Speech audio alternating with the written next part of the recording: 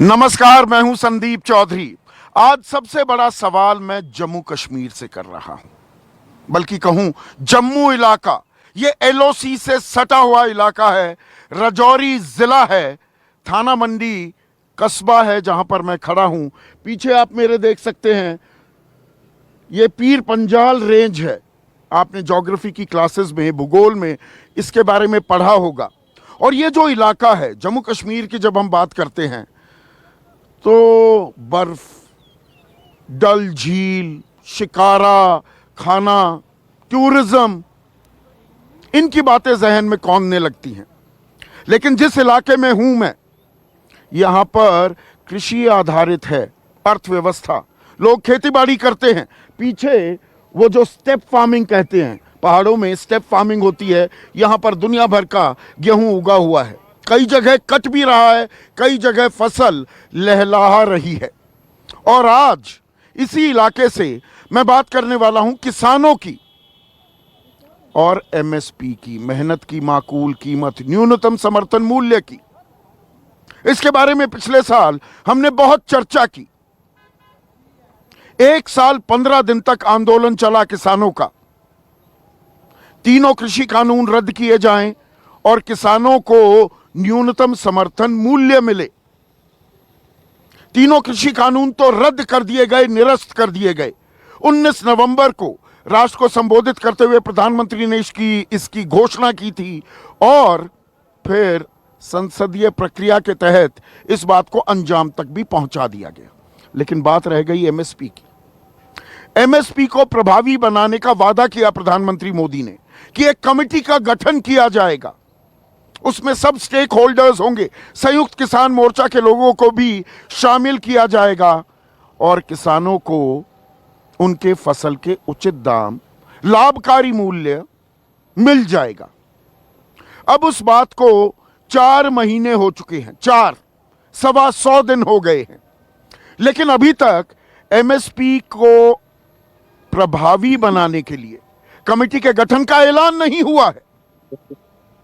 पहले 5 राज्यों में चुनाव चल रहे थे। सरकार ने तर्क दिया कि आचार संहिता लागू हो गई है, मॉडल कोड ऑफ कॉन्डक्ट लागू कर दिया गया है और इस बाबत हमने, यानी कि सरकार ने चुनाव आयोग को चिट्ठी भी लिखी। तो चुनाव आयोग ने कहा कि रुक जाइए, अभी रुक जाइए, चुनाव होने दीजिए और चुनाव के बाद इस कमेटी के गठन का ऐलान कीजिए। अब संयुक्त किसान मोर्चा यह दावा कर रहा है कि 22 मार्च को, यानी कि आज से 10 दिन पहले, जो कृषि सचिव हैं संजय अग्रवाल, उन्होंने एक फोन किया। युद्धवीर सिंह बड़े किसान नेता हैं संयुक्त किसान मोर्चा के, और उनसे कहा कि आप 2-3 नाम सुझाइए। अब यह बात नागवार गुजरी संयुक्त किसान मोर्चा को कि भाई हम सीधे सीधे नाम कैसे दे दें। उन्होंने एक ईमेल लिख डाला 24 मार्च को, और ईमेल में 5 बड़े मुद्दे थे। सबसे पहला कि टर्म्स ऑफ रेफरेंसेस क्या हैं, किस बात के लिए इस कमेटी का गठन किया जा रहा है।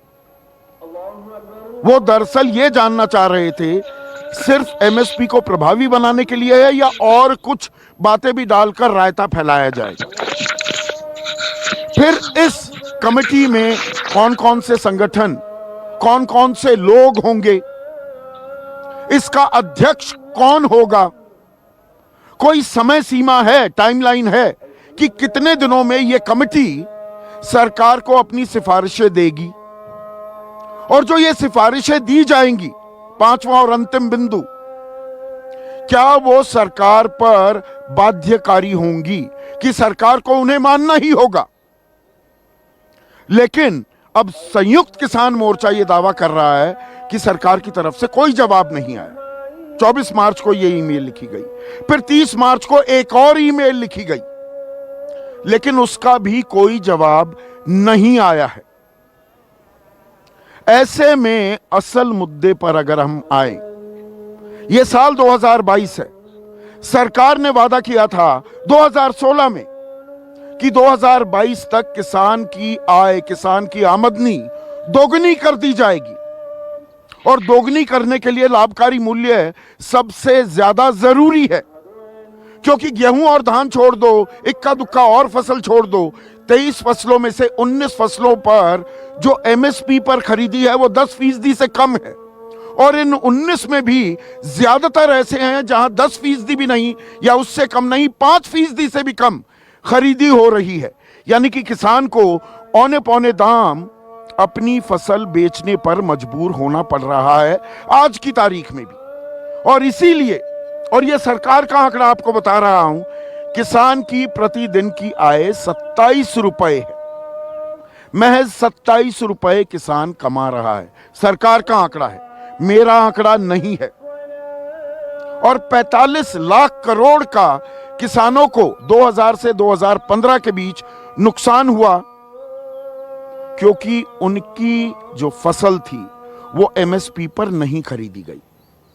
यह भी मेरा आंकड़ा नहीं है, यह ओईसीडी का आंकड़ा है, जो दरअसल बाजार की पैरोकार है।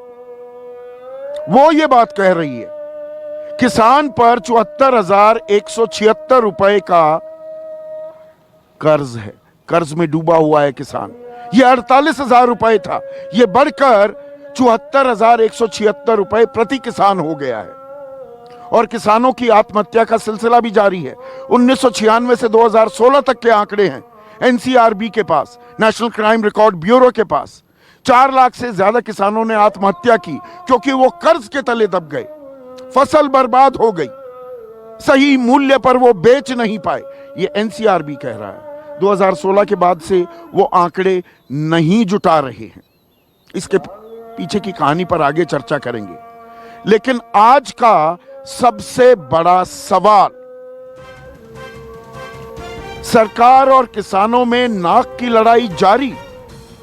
क्या यह ईगो टसल है, यह मूंछ की लड़ाई है?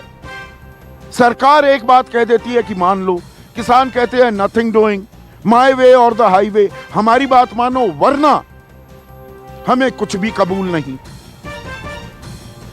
और दूसरा सवाल, एमएसपी यानी कि न्यूनतम समर्थन मूल्य प्रभावी बनेगा भी, या ये दरअसल एक मृग तृष्णा है?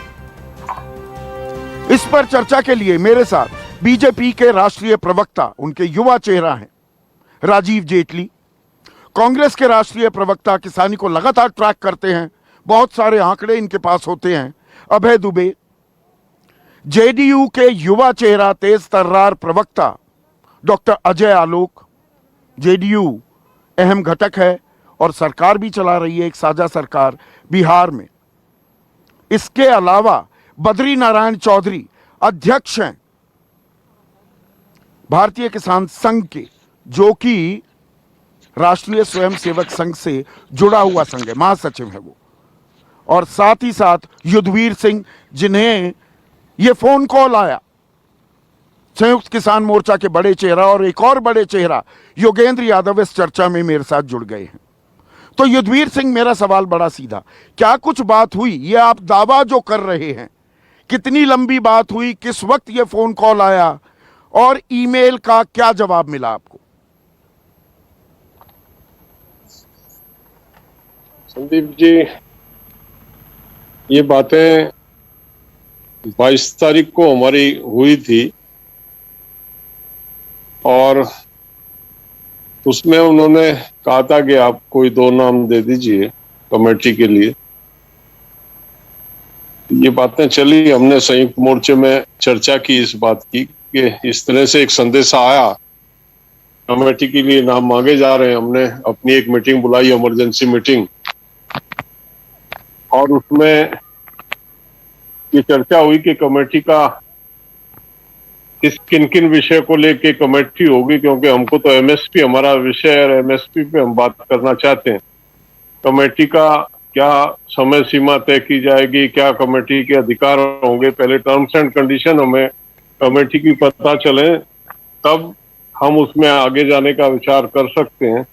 तो इसी बात को लेके हमने उसी दिन 22 तारीख में ही एक पत्र उनको लिख दिया था और ये कहा था कि आप इसमें हमें बता दीजिए, हम देख ले एक दफे उसको, और अगर ये उपयोगी लगेगी हमें, किसान के हित में कमेटी होगी, तो निश्चित तौर पे हम इसमें आना पसंद करेंगे और इस कमेटी के माध्यम से जो भी कुछ आगे बनेगा उसमें सहयोग देंगे अपना। अभी तक उन्होंने कोई उत्तर इसका दिया नहीं है, तो युद्धवीर और सिंह हम इंतजार कर रहे हैं। जवाब पर मुझे सरकार ये की तरफ बताइए से युद्धवीर कोई सिंह, उत्तर इसे दिया जाए। नाक की लड़ाई क्यों बना रहे हैं आप? इसे मूंछ की लड़ाई क्यों बना रहे हैं? सरकार आपकी है, सरकार पर क्या आपको भरोसा नहीं है? आप दे दीजिए दो नाम। बिल्कुल आप ठीक कह आप रहे हैं। सरकार ऐसा पर एक भरोसा अनुभव क्यों नहीं रहा कर रहे? पूर्व में संदीप जी, ये इस सरकार में नहीं लेकिन मनमोहन सिंह जी की सरकार में एक कमेटी बनाने की बात हुई थी और उस कमेटी में हमने अपने नाम दे दिए।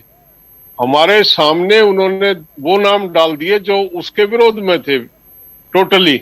और मैंने सेक्रेटरी एग्रीकल्चर से मैंने स्वयं जाके उस समय बात की थी कि ये इन लोगों की तो डिमांड नहीं थी कमेटी की, इन लोगों का मूवमेंट नहीं था, ये नाम आपने क्यों डाल दिए?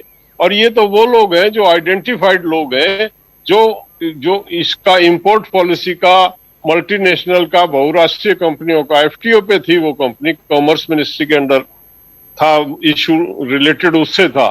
तो उन्होंने कहा आपके नाम आगे बाद में, अब ये थोड़ा ही है कि सारे नाम आप पूछ के रखे जाएंगे और डाले जाएंगे। तो उस अनुभव को देखते हुए हम थोड़ा सा घबराए हुए हैं कि जैसे अभी 67 संगठनों ने एमएसपी को कंडेम किया है, 3 कानूनों को उन्होंने ठीक ठहराया। अभी रिपोर्ट जो धनवत ने लीक की है आपने देखा ही है, और उन्हीं लोगों को बैठा दिया हमारे सामने, तो निकलेगा क्या उसमें से? उनकी तो डिमांड नहीं है एमएसपी गारंटी की, वो तो एमएसपी कह रहे हैं कि नहीं तो आवश्यकता आप नहीं है, अकेले, और उनको ही बैठा दिया। वो जैसे आप सरकार अक्सर अकेले करती है। अलंबरदार हैं क्या? तो आप अकेले ठेकेदार हैं क्या किसानों के? नहीं नहीं युद्धवीर सिंह, आप अकेले यही ठेकेदार बात- हैं क्या किसानों के? और लोगों की भी बात सुनी जाएगी। नहीं नहीं, आप ठेकेदारी नहीं ले रहे हैं हम, लेकिन जो लोग खुल्लम खुल्ला एमएसपी की मांग कर ही नहीं रहे हैं, वो कह रहे हैं इसकी आवश्यकता नहीं है, तो उनको सरकार डाल के सामने बैठा दे और हम बैठ जाएं, उसको उचित मानते हैं क्या आप? हमने कहा था, सुप्रीम कोर्ट ने कमेटी बनाई, हमने कहा था इस तो ऐसे कमेटी से हमें कोई उम्मीद नहीं है, और आपके सामने आई वो रिपोर्ट। हमारा कहा हुआ साबित हुआ, हमने जो कहा था तो वो आज सत्य की साबित हुआ, आपके सामने, देश के सामने नहीं रिपोर्ट नहीं है। आज की तारीख और में वो सरकार तो कहेगी उन्होंने 67 आप किसान सरकार संगठन को खड़े सजा देने निकले थे, बीजेपी को 67 आप किसान सजा देने संगठनों निकले थे उत्तर प्रदेश में, वहां वो 273 सीट जीत गए। तो यहां पर अब देखिए- सरकार अगर ये दावा करे कि लोग हमारे साथ हैं, वो हमारी बात समझ रहे हैं, बहुत से किसान संगठन हमारे साथ हैं। अनिल गणवत ने बिल्कुल सही कहा, आपने अपनी रिपोर्ट लीक की, सुप्रीम कोर्ट ने वो रिपोर्ट सार्वजनिक नहीं की, 19 मार्च को वो लिफाफे बंद, सील बंद लिफाफे में दे दी गई थी, उन्होंने नहीं खोली रिपोर्ट, अनिल गणवत ने खोली और उसमें कि एमएसपी की कोई जरूरत नहीं। तो सरकार का पक्ष क्या मजबूत होता है इसके चलते? नहीं संदीप जी, उसने अपना नहीं, उसने कहा कि 67 संगठनों को हमने सुना, किसान संगठनों को। अब वो कौन से किसान संगठन है, कैसे किसान संगठन है, सब जानते हैं, देश भी जानता है, आप भी जानते हैं, मैं भी जानता हूं, लेकिन इसी को आपने कह दिया आपको ठेकेदार थोड़े हैं। अब इस तरह के अगर फेक संगठन बना के और सरकार सामने बैठाएगी, ठेकेदारी नहीं है, वास्तविकता में संगठन है तो कोई दिक्कत नहीं होती, लेकिन सबको पता है कि इस तरह का एटीट्यूड रहता है। और मैं अपने पूर्व के अनुभव बता रहा हूं, वो जो सीआईआई के बनाया हुआ किसान संगठन था, उसके 2 लोगों को हमारे सामने बैठा दिया था, जो मल्टीनेशनल के हिमायती हैं, मल्टीनेशनल की एडवोकेसी करते हैं, सीआईआई के पेरोल पे हैं, उनसे तनख्वाह लेते हैं, वो उनका खर्चा उठाते हैं, और उनको सरकार ने कह दिया कि आपने ठेका थोड़ी ले रखा, ये भी किसान नेता। तो ये पूर्व के अनुभव है, और उन अनुभवों को देखते हुए हम ये चाहते हैं चर्चा हो जाए, तो कौन सी बुराई है? चर्चा करके कोई सरकार क्यों नहीं बात करके ट्रांसपेरेंसी क्यों नहीं रखना चाहती? फसल तो कटने के लिए खड़ी है, हमको कहाँ दिक्कत है? रबी की फसल तो कटने के लिए खड़ी है, और एमएसपी विदेशी थोड़ा ही है। एमएसपी कब प्रभावी बनेगी? फसलें खड़ी हैं कटने के लिए। देखिए बेसिक बिल्कुल सही कह रहे हैं आप, एमएसपी तो प्रभावी उस दिन बनेगी जिस दिन सरकार की मंशा बन जाएगी। आज ये मैंने बार मैंने आपके चैनल के माध्यम से कहा, ये बीमारी बीजेपी के समय की नहीं है, ये बीमारी तो आजादी के बाद से लगातार किसान इससे मतलब रूबरू हो रहा है। लगातार किसान को एक्सप्लॉइट करके उनकी कीमतों को नीचे रख के इन्फ्लेशन को रोका जाता है, उनको कीमत देने की बात नहीं की जाती है। तो इसी का नतीजा कि प्रति वर्ष किसान की स्थिति अच्छी होने की बजाय, क्योंकि लागत बढ़ रही है और लागत के अनुपात में जब उसको कीमतें नहीं दी जाती हैं तो उसकी आर्थिक स्थिति प्रतिदिन कमजोर होती जा रही है। इस पे मतलब ऐसा नहीं है कि मैं मौजूदा सरकार को राजीव हम दोष जेटली, दे रहे हैं। युद्धवीर सिंह, हम- एक सेकंड, युद्धवीर सिंह, जी। एक मिनट, युद्धवीर सिंह, राजीव जेटली, युद्धवीर सिंह आपकी मंशा पर, सरकार की मंशा पर सवाल उठा रहे हैं। पारदर्शिता, खुलकर बात क्यों नहीं हो रही? 125 दिन हो गए ना, एमएसपी प्रभावी बननी थी, यह सरकार का वादा था कि नहीं? बिल्कुल संदीप जी, लटकाने भटकाने उलझाने का काम अगर आपको कहीं से नजर आ रहा है तो मुझे लगता है इस डिबेट पे तो किसान भाई डिसाइड करेंगे, हमारे देश की जनता डिसाइड करेगी कि कौन लटका रहा है, कौन भटका रहा है, कौन उलझा रहा है। क्या वजहें हैं इसके पीछे की कि वो नाम नहीं दिए जा पा रहे जिनको एमएसपी की कमेटी में शामिल किया जाए, जो संयुक्त किसान मोर्चा के नाम है, वो क्यों नहीं दिए जा रहे? ये बड़ा चर्चा का विषय है। क्या ये किसानों की लड़ाई हो रही है? क्या ये और कोई राजनीति हो रही है? क्या इसमें राजनीतिक लोग सम्मिलित हैं? क्या वो नहीं चाहते कि किसी हम निष्कर्ष पे पहुंचे, किसी समाधान पे पहुंचे? कोई भी संगठन कभी चर्चा करने को तैयार नहीं है। मैं युद्धवीर जी की इस बात के लिए तारीफ करूंगा, इन्होंने कहा कि बड़ा लंबा पुराना उलझा हुआ नहीं, मसला है। सरकार है क्या चर्चा करने को तैयार? एक मिनट, राजीव जेटली, सिलसिलेवार तरीके से मैं कुछ सवाल आपसे पूछने वाला हूं। मैं मंशा को लेकर कुछ सवाल पूछता हूं। जब एक बार घोषणा कर दी गई, संसद के पटल पर कह दिया गया एमएसपी को प्रभावी बनाया जाएगा, यह आचार संहिता के लागू होने से पहले, सवा महीने पहले कह दिया गया। 8 जनवरी को आचार संहिता लागू हुई थी। तो जो फैसले पहले लिए जा चुके हैं, जिनकी घोषणा हो चुकी है, आचार संहिता कैसे आड़े आती है? मुझे थोड़ा यह समझाइए। आप लोगों ने, सरकार ने तर्क दिया जी आचार संहिता लागू हो गई, हमने चुनाव आयोग से पूछा, चुनाव आयोग कह रहा है चुनाव बाद कर दो। कौन रोकता है जो फैसले की नीतिगत घोषणा हो चुकी है उसको इंप्लीमेंट करने में? संदीप जी, अगर आप एमएसपी की बात कर रहे हैं तो एमएसपी तो देश के सामने है, किसानों के सामने है। मैं 2009 से लेके 2009 से 2014 के बीच में अगर बताऊं, एमएसपी की बात करिए, कितना पैसा किसान भाइयों को फालतू मिला। तो हमने धान के ऊपर 140% फालतू दिया जो पहले दिया जाता था, गेहूं पे 76% फालतू दिया, दलहन पे 9748% फालतू दिया और तिलहन पे 1617% फालतू दिया। ये फालतू मतलब जितना पैसा हमने बढ़ा करके दिया, हमसे ज्यादा आज तक कभी किसी ने परचेज भी नहीं करी। किस एमएसपी की बात की जा रही है? धान 1,43,000 करोड़। दलहन और तिलहन की थोड़ी डिटेलिंग, ना रुकिए, अच्छे लगते हैं आंकड़े, बताते कम हैं, छिपाते ज्यादा हैं। मक्का पर कितनी खरीदी की? बाजरे पर कितनी खरीदी की? सरसों पर कितनी खरीदी की? मेरे को स्पेसिफिक डिटेल्स बताइए ना। धान और गेहूं तो मैं मान रहा हूं खरीदी हो रही है, 23 फसलें हैं जिन पर एमएसपी लागू है। बहुत अच्छी बात संदीप जी, बहुत मुश्किल से कोई व्यक्ति बाजरे की बात करता है, मक्के की बात करता है। यहाँ तो लड़ाई सिर्फ धान और गेहूं की होती है। यहीं पे तो उलझी हुई है हमारे देश की राजनीति, और खास तौर पे गेहूं पे। और उसकी भी 20-22% है खरीदी, उसकी भी खरीदी 20-22% है। मुझे ये बताइए, 20-22% पर एमएसपी की खरीदी हो रही है ना, गेहूं और धान की भी। मैं आपको ये बता रहा हूं, मैं यही बताने की कोशिश कर रहा था। मैं आपकी तारीफ कर रहा हूं इस बात के लिए कि आपने कम से कम विविध खेती की बात करी। ये तो चर्चा ही नहीं होती, क्योंकि ये चर्चा गेहूं पे होती है और गेहूं पे खत्म हो जाती है। और वो क्यों होती है, इसके पीछे की एक बड़ी वजह है।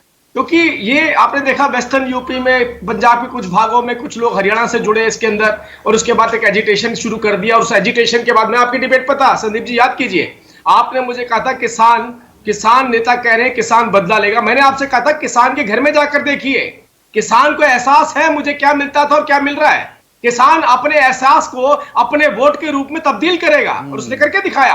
वेस्टर्न यूपी में, पश्चिमी उत्तर प्रदेश में उसने करके दिखाया। 27 रुपए प्रतिदिन कमाकर, 27 रुपए प्रतिदिन कमाकर किसान खुश है, आप ये बताना चाह रहे हैं? जी, आपको मुबारक, आप जीते, जनादेश का पूरा सम्मान है। 27 रुपए प्रतिदिन किसान कमा रहा है। 2022 तक, 2016 में वादा किया गया कि आय दोगुनी कर दी जाएगी। 21,000 रुपए आय हो जानी चाहिए थी किसान की। संदीप जी, आप गलत कह रहा हूं तो बताइए। नहीं, आपने जब स्टार्टिंग करी डिबेट की तो मैं आपको सुन रहा था, मैं उस टाइम बीच में बोल नहीं पाया।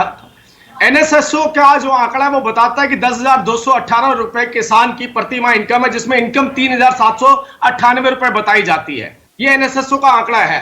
अब आपने 27 रुपए का बिल्कुल ठीक, सही पकड़ा। तो 27 रुपए का आंकड़ा है किसानी से जो आता है, उसकी डिटेलिंग भी मैं आपको बता सकता हूं। 10,000 रुपए मान रहे हैं ना, वो 21,000 होनी थी आय, क्यों नहीं हुई? ये तो इतनी तो वैसे ही बढ़ जाएगी, महंगाई दर होती है, दाम तो बढ़ते हैं, तो किसान की आय दोगुनी कैसे हुई? ये बताइए ना राजीव जेटली। 1.5 गुना फालतू दे रहे हैं। और किसके साथ? सुनते रहिए। किसके साथ?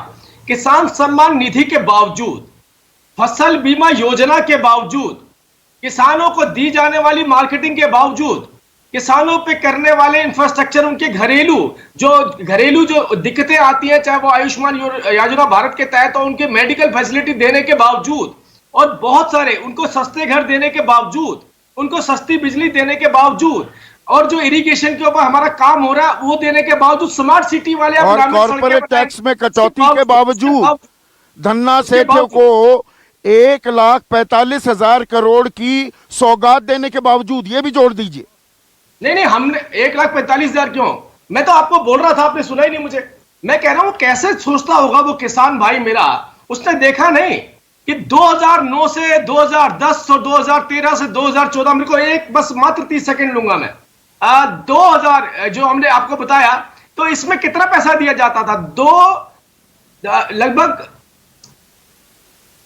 लगभग 2 लाख करोड़ रुपए। मैं आपको बता रहा हूं, ये 10 सालों का आंकड़ा दे रहा हूं मैं। और हमारी सरकार के अंदर मात्र 5 सालों के अंदर हमने 5 लाख करोड़ रुपया किसानों के खाते में डाला है। एमएसपी की चर्चा हो रही है, यहां पर एमएसपी की चर्चा हो रही है। मैं अभी सिर्फ आपको धान की बात कर रहा हूं, और भी डिटेल में जा सकता हूं, लेकिन मुझे लगता है बहुत टेक्निकल डिबेट हो जाएगी। प्रभावी बनाने की कोई जरूरत नहीं।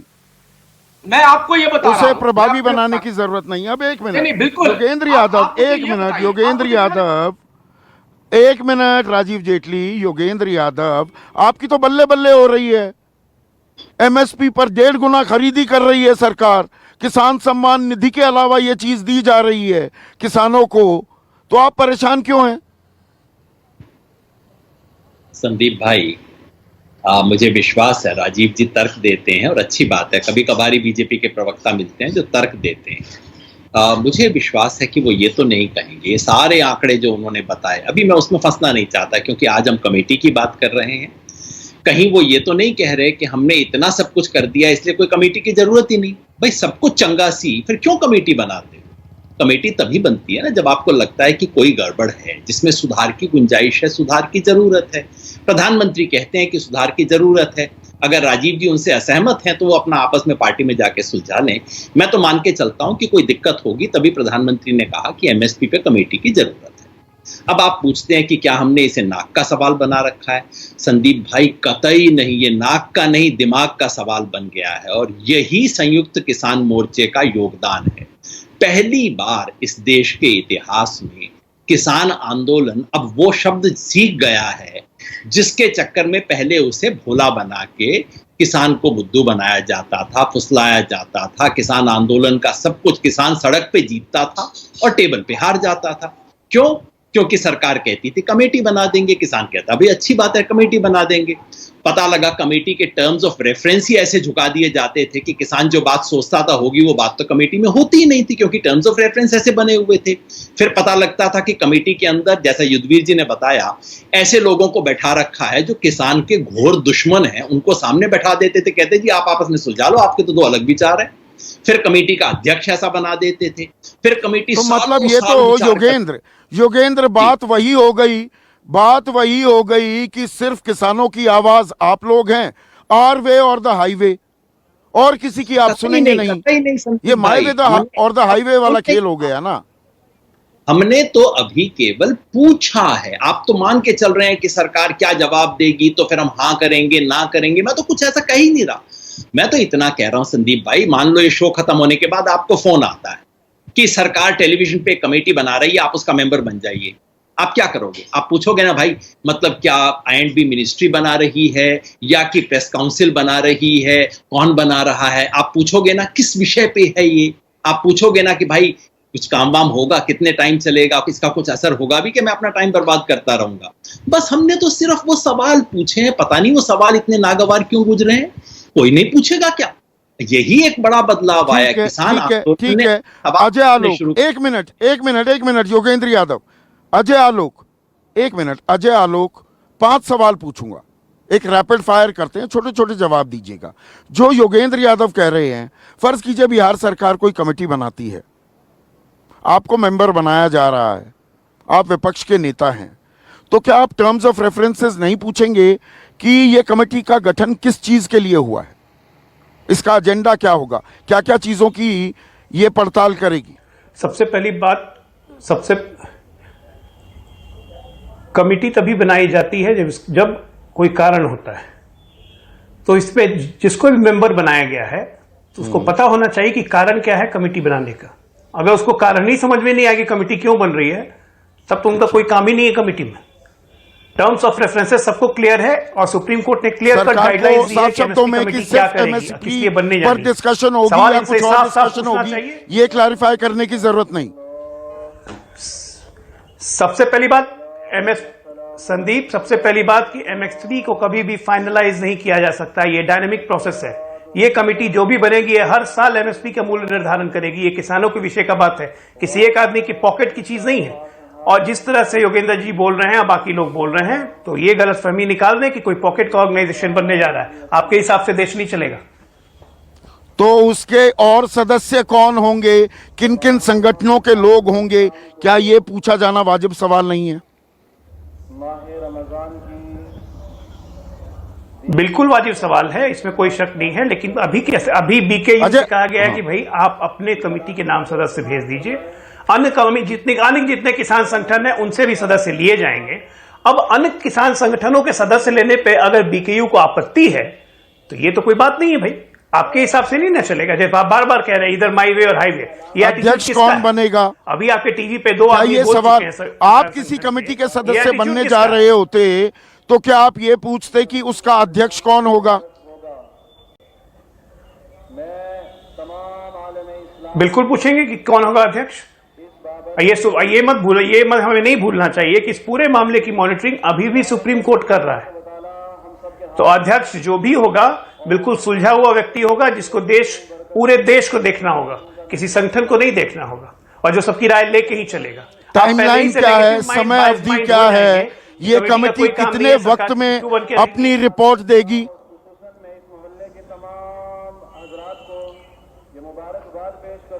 भाई पहले कमेटी बनेगी तब तो रिपोर्ट देगी। अभी तो ये लोग कमेटी बनाने पे तैयार नहीं है संदीप जी, शादी तो होने दीजिए। अभी शादी हुई नहीं, आप बोल रहे बच्चे कब तक पैदा होंगे? महत्वपूर्ण नहीं है, इनको बोलिए तो पहले कमेटी बनाए। अच्छा, गांव बसा नहीं मंगते हांड गए, समय अवधि बिल्कुल नहीं, मैं देसी अंदाज में कह रहा हूं, गांव बसा नहीं मंगते हांड गए। ये रिपोर्ट, इस कमेटी की रिपोर्ट सरकार पर बाध्यकारी होगी या नहीं? क्या ये जायज सवाल है कि सरकार पर बाध्यकारी होगी इस कमेटी की रिपोर्ट?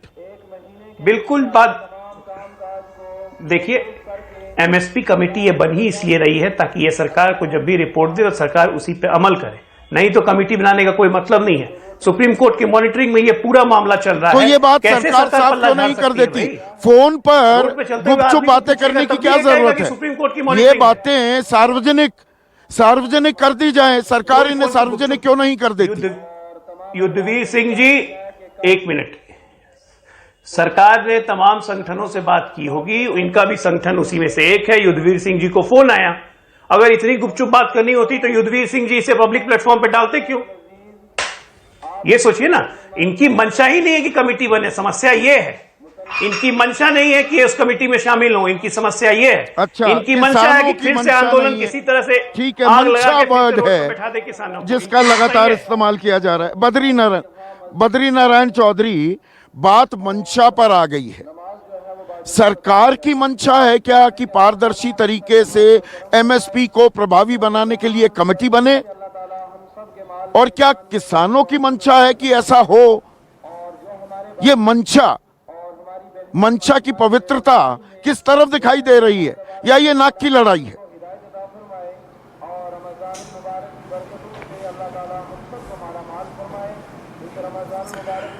देखिए संदीप जी, सरकार क्यों बार बार इन संगठनों को पूछती है? सरकार फिर वही गलती करने जा रही है वापस। नहीं ये गैर राजनीतिक सिद्ध हुए, नहीं किसानों के हितैषी सिद्ध हुए। हमारे एक बहुत ही समर्पित किसान का नेता जो थे, उनको चढ़ा दिया बांस के ऊपर और देश विदेश में उनको ख्याति दिलाते दिलाते विख्यात क्या कुख्यात कर दिया उनको। और आज फिर सरकार जो है उनकी तरफ देख रही है कि नहीं ये किसानों का प्रतिनिधित्व करते और इन्हें किसानों का विषय उठाते। इनको तो 3 कानून वापस और घर वापस, ये विषय चाहिए था। एमएसपी एमएसपी एमएसपी, हम एमएसपी के ऊपर बात करने को तैयार हैं ही नहीं। हमको यानी किसान को चाहिए लाभकारी मूल्य, और लाभकारी मूल्य के ऊपर यदि वार्ता करती है तो कमेटी बनाने के अंदर भारतीय किसान संघ साथ देगा, वरना एमएसपी के लिए भारतीय किसान संघ कभी भी और हाँ करने को तैयार नहीं है। लाभकारी मूल्य का मतलब है जब जब भाव बढ़ेंगे, महंगाई बढ़ेगी, तो किसान का मूल्य भी उसके साथ कहीं न कहीं जुड़ना चाहिए। वो बार बार आंदोलन करने के लिए आएगा क्या? और कमेटी बनेगी तो केवल एक मुद्दे को लेकर क्यों बन रही है? क्या किसानों की और समस्याएं नहीं है? 2-4-5 बिंदुओं को लेकर के और कमेटी गठन होना चाहिए, उस प्रकार के तज्ञ लोग होने चाहिए। हमारा मुर्गा बांग देगा तो ही सूरज उगेगा, ये कौन सा तरीका? न हमको अध्यक्ष बनने की जरूरत, न मेंबर बनने की जरूरत, लेकिन जो किसानों का सही प्रतिनिधित्व करे उन लोगों की कमेटी के अंदर जरूरत है। जहां तक सवाल योगेंद्र जी यादव का है, ये नंगे हो चुके हैं। ये बात बद्री नारायण चौधरी, एक सेकंड, बद्री नारायण चौधरी लगातार 2 साल से, 1 मिनट सुनिए ना सर, 2 साल से आप लाभकारी मूल्य की बात कर रहे हैं और ये बहुत अहम पॉइंट है, क्योंकि एमएसपी न्यूनतम समर्थन मूल्य सरकार ये लगातार ताल ठोकती आई है कि C2+50 दे रहे हैं जी। स्वामीनाथन आयोग की सिफारिशें हमने लागू कर दी, जबकि 2015 फरवरी 8 उस वक्त के additional solicitor general Maninder Singh ने बाकायदा हलफनामा दिया था सुप्रीम कोर्ट में कि हम एमएसपी नहीं दे सकते, देश की अर्थव्यवस्था गड़बड़ा जाएगी। अनिल घनवत ने जो रिपोर्ट दी थी 3 सदस्यों ने सुप्रीम कोर्ट को, उसको भी सार्वजनिक किया, उसमें भी यही बात आ रही है। तो जब एमएसपी नहीं दी जा सकती, दरअसल खेल लाभकारी मूल्य का है जिस पर आप 2 साल से आवाज उठा रहे हैं, वो कभी मिलेगा भी या ये आंकड़ों की ही लड़ाई चलती रहेगी? C2+50 भी नहीं मिल रहा है ना किसान को, ये एक हकीकत है।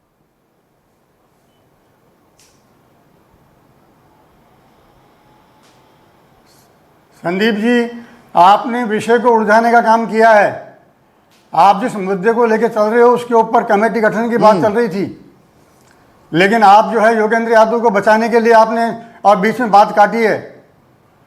जो व्यक्ति ये कह रहा है कि किसी को बचाने की कोई दरकार नहीं है, उसमें बेटिंग तो अखिलेश को करनी थी चुनाव के परिणाम के बाद में। तो संदीप जी सुन लीजिए फिर मेरी बात।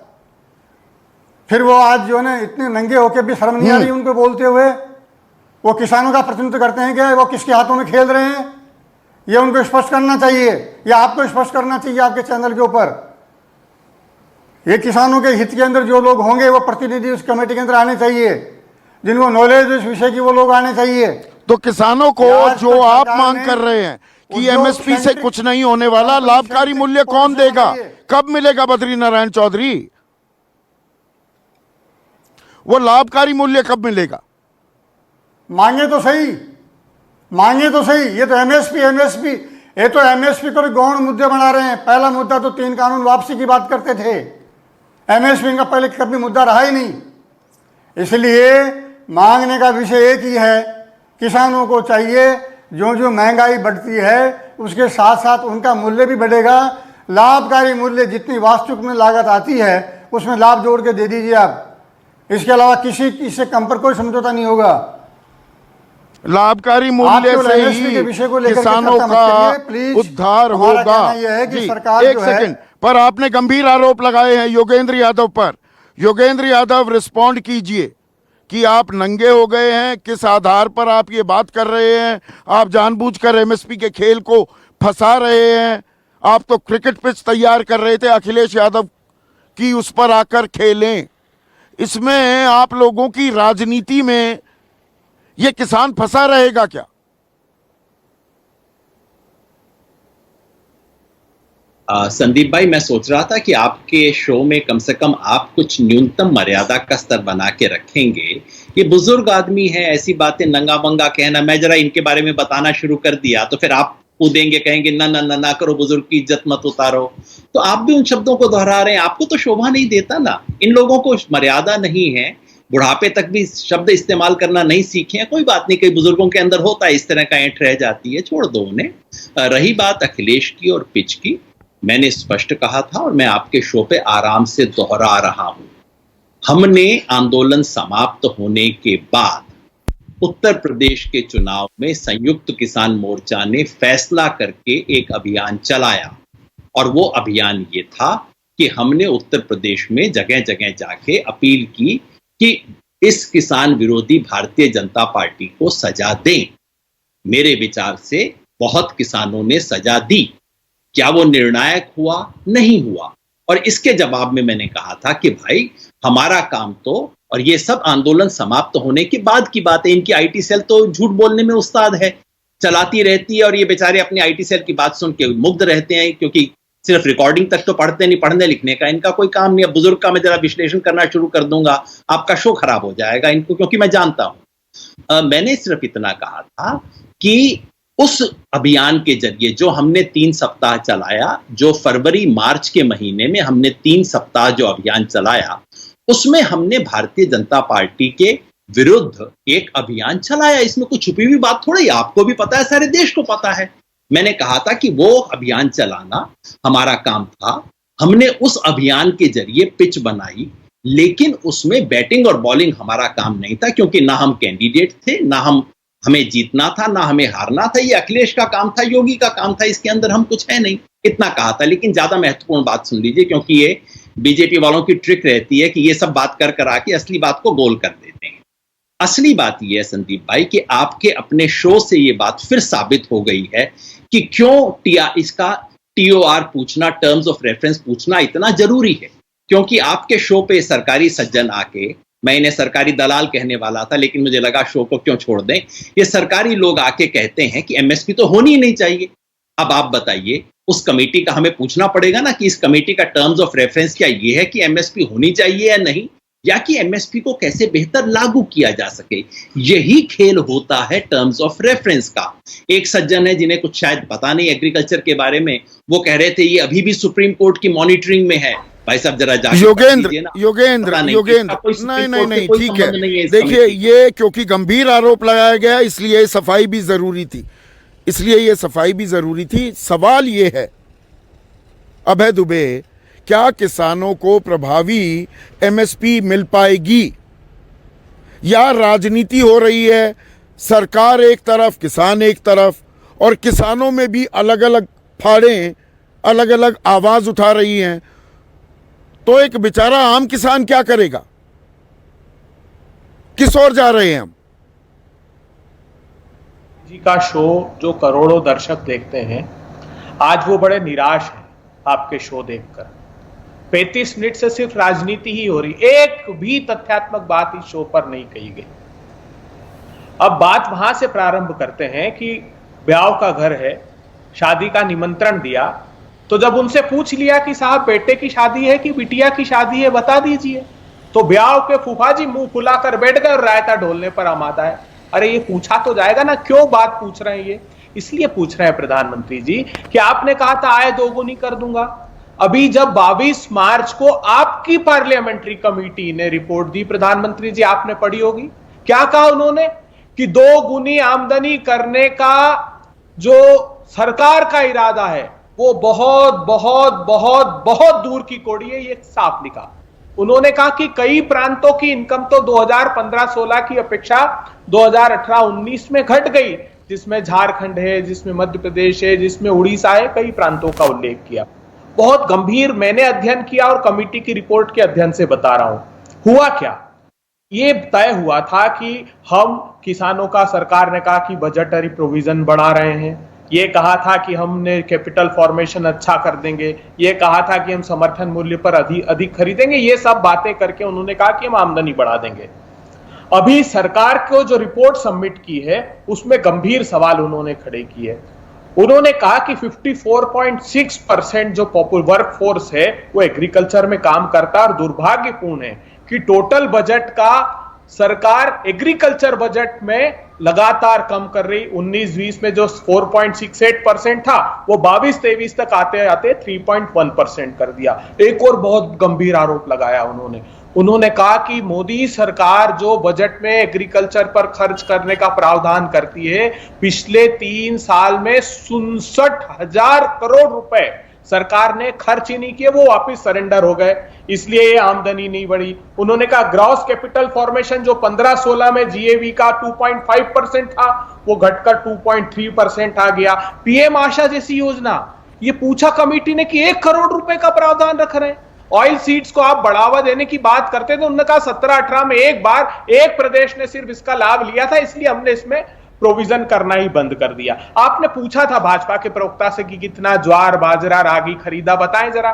तो मैं बता देता हूं उनको, अगर नहीं पता हो तो। ये सरकार ने बताया मुझको। उन्होंने बताया कि ज्वार जो है वो 3.3% खरीदा, बाजरा 3.8% खरीदा, मक्का 1.8% खरीदा, रागी 0% खरीदा, अरहर 1.7। तो उन्होंने सारे आंकड़े बताए। सिर्फ 3 कमोडिटी बड़ी मात्रा में खरीदते, वो भी पर्याप्त नहीं। जो आपने कहा था गेहूं 111 मिलियन टन का प्रोडक्शन है, संदीप चौधरी जी, अबे दुबे, और फिर 433 लाख टन अबे दुबे, मैंने शुरुआत में ही कहा आप किसानी को ट्रैक करते हैं, बहुत सारे आंकड़े आपके पास होते हैं। आपने आज मेरे शो पर लांछन भी लगा दिया कि नहीं, आज कुछ हासिल नहीं हुआ, राजनीति की ही बातें होती रही। पर क्या राजनीतिक दांव पेच में ही फंस गया है किसान? ये जरूरी है, ये बहुत जरूरी हो जाता है इस पर चर्चा करना कि राजनीतिक आरोप प्रत्यारोप में किसान की खुशहाली कहीं दब रही है क्या, और उसके चलते एमएसपी कभी प्रभावी बनेगी क्या? कोई एमएसपी की बात कर रहा है, बद्री नारायण चौधरी लाभकारी मूल्य की बात कर रहे हैं, मिल रहा है क्या और वो मिलेगा क्या? ये सवाल है, ये बहुत राजनीतिक सवाल है। नहीं संदीप जी, आपने बिल्कुल ठीक बात कहा, लेकिन सिर्फ राजनीति ही कर रही है सरकार। मुझे बताइए ना, 50 प्रमाण मेरे पास है पार्लियामेंट्री स्टैंडिंग कमेटी के। बड़ी बड़ी योजना जो बात करते हैं ना, प्रधानमंत्री भाषण में हमने सुना होगा, प्रधानमंत्री कृषि सिंचाई योजना, हर खेत को मैं पानी दूंगा। इस बार बता रहा हूं, अभी जनवरी तक की रिपोर्ट मेरे पास है, 4000 करोड़ का प्रोविजन रखा था, 25% पैसा प्रधानमंत्री जी पूरा साल निकल 779 करोड़ सिर्फ खर्च किया। National food security mission 2096 crore का प्रोविजन रखा था, सिर्फ 500 करोड़ खर्च किए। राष्ट्रीय कृषि विकास योजना 4000 करोड़ रुपए का प्रोविजन रखा, 1128 करोड़ खर्च किए। तो जब आपके पास डिलीवरेबल्स नहीं होंगे तो आमदनी किसान की बढ़ेगी कैसे? फिर इसीलिए तो संदीप चौधरी जी को बार बार कहना पड़ता है कि 27 रुपए की हैसियत सवाल मैं इसीलिए लगातार ये कहता आया हूं, किसान को मेहनत की माकूल कीमत मिलनी चाहिए। राजीव जेटली, वो एमएसपी को प्रभावी बनाइए आप, या लाभकारी मूल्य दीजिए। जब 2011 में प्रधानमंत्री Modi working group on consumer affairs के अध्यक्ष होने के नाते तत्कालीन प्रधानमंत्री मनमोहन सिंह को लिखते हैं कि एमएसपी को वैधानिक दर्जा दीजिए, तो उस बात को 11 साल हो गए। वो अमली जामा पहनाने में दिक्कत क्या है? मैं पहले तो दुबे जी की बात का जवाब दूं तो दुबे जी कई बार कंफ्यूज हो जाते हैं, वो खुद ही फंस जाते हैं। उनको ये उम्मीद नहीं होती कि मुझे शायद इसका जवाब भी मिल सकता है। अरे भाई, ये तो ऐसी सरकार है, इन्होंने बाजरे की बात करी है, तो ऐसी सरकार है राजस्थान की। आप विश्वास कीजिए, राजस्थान के किसान से पूछिएगा जाकर के, वो अपने किसानों को बोलते हैं चुपचाप दूसरे प्रदेश में घुस जाओ, बाजरा उठाओ, दूसरे प्रदेश में जाके बेचाओ। वो खुद खरीदना ही नहीं चाहते। जो एमएसपी की बात यहाँ कांग्रेस कर रही है, उससे पहले किसान को मेहनत की माकूल कीमत कब मिलेगी? सवाल सीधा सा है, एमएसपी प्रभावी कब बनेगी, या लाभकारी मूल्य कब दोगे, या एमएसपी को कानूनी जामा कब पहनाओगे? 3 है ना विकल्प, सीधी सीधी बात है। इसके ऊपर ही आ रहा हूं मैं। सबसे पहला तो ये जवाब देना जरूरी था। दूसरा बात, इन्होंने बताया कि खर्चा कितना हुआ। अरे भाई आपकी सरकार होती थी, आप तो खर्च देते थे, जमीन पर कुछ नजर ही नहीं आता था, क्योंकि आपस का बंटवारा होता था, आपस में मिल बांट के खा लेते थे। अब तीसरी बात जो आपने संदीप जी बोला कि कब प्रभावी सवाल होगी। का देखिए, जवाब हमने- चाहिए राजीव जेटली। हाँ मैं वही दे रहा हूँ। हमने जो जवाब मांगे थे केवल एमएसपी की पारदर्शिता पे नहीं मांगे थे, हमने ऑर्गेनिक खेती के ऊपर मांगे थे, क्रॉप डाइवर्सिफिकेशन के ऊपर मांगे थे कि आप अपने मेंबर बताइए। अब ये बात पूछी जा रही है कि आप पहले ये बताइए अध्यक्ष कौन बनेगा, एमएसपी आप पहले प्रभावी बताइए कब उसका वाइस- बनेगी? अरे जिस दिन संयुक्त किसान मोर्चा आपने 2 नाम दे देगा, हमारी तरफ से तो आज भी प्रभावी है, अगर उसमें कोई खामियां होंगी तो उसको और मजबूत करेंगे, जिस तरीके की मांग होगी उसको सरकार संज्ञान में लेके काम करेगी, लेकिन दे तो सही। योगेंद्र आपने यादव 30 सेकेंड्स रिस्पॉन्ड कीजिए। ये classic case of shifting the goal post हो रहा है क्या? एमएसपी को कानूनी जामे की बात एमएसपी प्रभावी बनाने पर आ गई। आप भी उस कमेटी में शामिल हो सकते हैं अगर सरकार वो 5 पॉइंट बता दे। बद्री नारायण चौधरी कहते हैं ये बेकार की बातें हैं, लाभकारी मूल्य के बिना कुछ नहीं होगा किसान का। मैं साधारण किसान की भाषा में बोल देता हूं, भाई भैंस खरीदनी है, पूछोगे ना नस्ल क्या है, कितनी बार ब्याही है, कितना दूध देती है, ये कहते हैं पहले खरीद लो उसके बाद पता कर लेना, पहले पूछ क्यों रहे हो? भाई इतना तो पूछेंगे, इतना तो पूछना अब किसान भी सीख गया है कि टर्म्स ऑफ रेफरेंस कौन हो, क्या होगी, अध्यक्ष कौन होगा। नहीं तो युद्धवीर सिंह आपको बताएंगे 2013 में भारत सरकार की एक कमेटी बनी थी, 2015 में रिपोर्ट दी, आज तक उस रिपोर्ट पे चर्चा नहीं हुई है। एमएसपी की मेथोडोलॉजी पे कमेटी बनी थी जिसके अध्यक्ष रमेश चंद जी थे, जो कि आजकल सरकार तो के एमएसपी कभी प्रभावी बन पाएगी? एमएसपी को कभी प्रभावी बनाया जाएगा? मेहनत की माकूल कीमत मिलेगी क्या किसान को? तो उम्मीद लेके चलता हूं, अगर सरकार की नीयत अच्छी है तो ऐसा काम हो सकता है। नीयत में अब तक तो खोट दिखाई दिया है, क्योंकि 9 दिसंबर को हमें वायदा किया, 1 महीने तक जब बिना किसी मॉडल कोड ऑफ कंडक्ट के बना सकते थे, कमेटी बनाना 3 घंटे का काम है, क्यों नहीं किया 1 महीने तक? उसके बाद बहाना लगा लिया इलेक्शन कमीशन का, और अब इनको 10 दिन से हमारी ईमेल का जवाब नहीं दे रहे। अरे भाई क्या पूछा है हमने? कोई ये थोड़ी पूछा है कि कैबिनेट सीक्रेट बता दो, हमने थोड़ी कहा न्यूक्लियर डील के बारे में बताओ, हमने कहा जिस कमेटी में तुम तो अभी दरअसल आप सभी का बहुत बहुत शुक्रिया।